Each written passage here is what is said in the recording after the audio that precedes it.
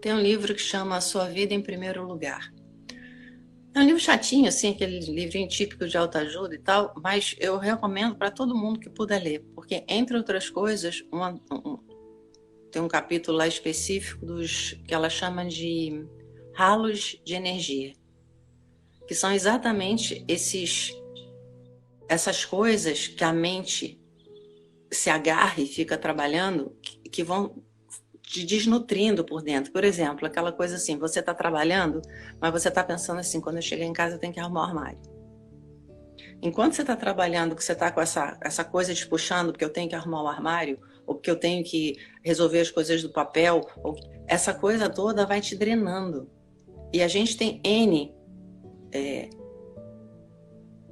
razões supostamente aceitáveis para fazer isso. Só que isso não ajuda. E aí vem uma coisa engraçada. A gente aprendeu que a mente ajuda a controlar, que a mente nos protege. E com isso nós supervalorizamos a mente, e o que a gente não percebe é que, entre outras coisas, quanto mais mental você é, mais egóico você se sente. Por quê? Porque você começa a se tornar muito eficiente, não só em prever determinadas reações, mas em mecanismos de manipulação. É extremamente sedutor fazer isso. De uma forma assim, interna, você tem a sensação, gente, olha só, eu sou muito mais inteligente que o fulaninho. Gente, eu manipulo ele de um jeito. Isso dá um saborzinho gostosinho, só que é um lugar doente. Porque quanto mais você faz, menos você experimenta estar num lugar diferente, porque você começa a se sentir seguro. Mas estar seguro significa estar fechado. E aí, quando você dá conta, tudo bem, você lidar com isso com estranhos, com o pessoal do trabalho, de repente até vai. Mas quando você, por exemplo, está conversando com seu filho e você descobre que você é incapaz de sair desse lugar, como é que fica? Ou em qualquer outro relacionamento importante com a sua esposa, por exemplo. A mente faz você ter a sensação que você tem que convencer, ter a última palavra, manter o controle. O problema é que a vida tem a ver com entrega, tem a ver com escutar, tem a ver com ser capaz de se comunicar pelo coração. Se você fica identificado com a mente, você alimenta o ego, não percebe um medo que está por detrás disso, que te levou ao primeiro mecanismo, e por outro lado te mantém no lugar onde você se torna inatingível. São aquelas pessoas que você diz, gente, não importa, ele não escuta, ela não escuta, eu não consigo me fazer entender, ela não me vê. Todas essas reclamações que todo mundo conhece, vêm desse lugar de hipervalorização da mente. E aí vem umas coisas engraçadas que eu estava aqui pensando, o que é a mente? Quando a gente está no colégio, não sei se ainda faz isso, mas na minha época fazia. De repente o professor chegava e dizia assim, hoje vamos falar da Alemanha. Então é o seguinte, nós vamos dividir a sala em dois grupos, um vai falar a favor e outro vai falar contra.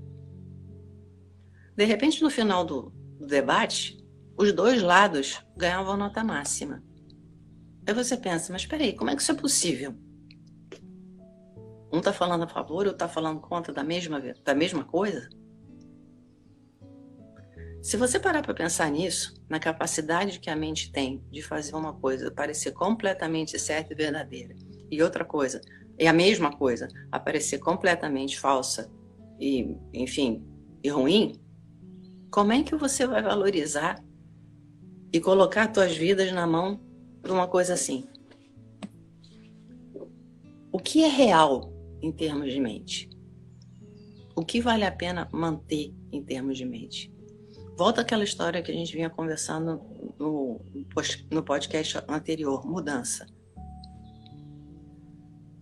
A gente tende a se agarrar em molduras, em dogmas, em verdades, em conhecimento. O problema é que tudo muda. Se você não para arrumar um equilíbrio, você vai estar constantemente no desequilíbrio e na ansiedade. Porque no fundo, volta aquela história. Você lembra o que é estar inteiro. Porque até você ter desenvolvido a fala, você estava inteiro. Antes disso, não dá para considerar que tem uma mente dividida. Então você sabe o lugar que você tem que estar. E se você está em desequilíbrio e desconforto, qual é a tendência? A tendência é você chegar, eu quero controlar mais, eu quero sair disso, eu não estou bem. Só que se você fizer isso a nível mental, você torna o problema cada vez maior. Aí é aquela coisa, você vai dormir sabendo que dentro do armário tem um monstro. Como é que você vai dormir bem? A natureza da mente é essa, ela se autoalimenta e vai num looping que te leva à loucura. Tem pessoas, assim, às vezes eu converso com algumas pessoas, você começa a ouvir o que a pessoa está falando, é aquilo, está vivendo num universo paralelo. Ela nem percebe o quão desenraizada ela está. E não existe nenhum mecanismo que a gente conheça que faz você sair disso além da meditação.